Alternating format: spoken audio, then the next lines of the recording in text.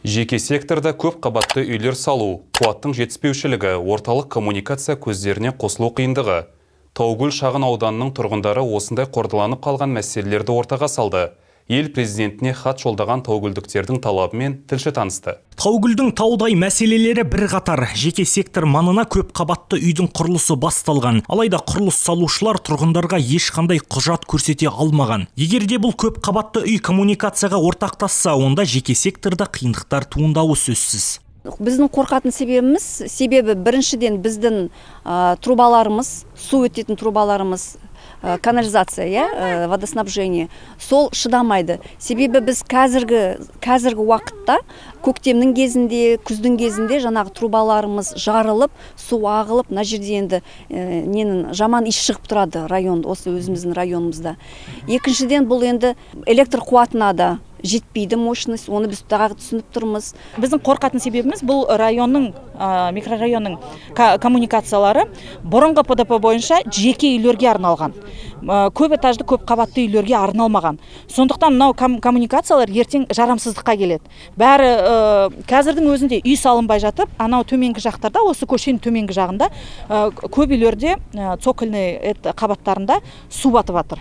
Заңсыз құрылыс басталды деп шағымданған жұртшылықтың проблемасы бұнымен шектелмейді. Кәріз желілері мен коммуникация бойынша да айтарлықтай қиындықтар бар. Онымен қоса орталық жылуда бірен-саран жандардың үйлері ғана қосылған. 60% үйлерде орталық жылыту бар, ал қалғандарында жоқ. Біз мысалы 8 ай пеш жағамыз, содан бір жылда где-то 20-30 тонна көмір кетеді.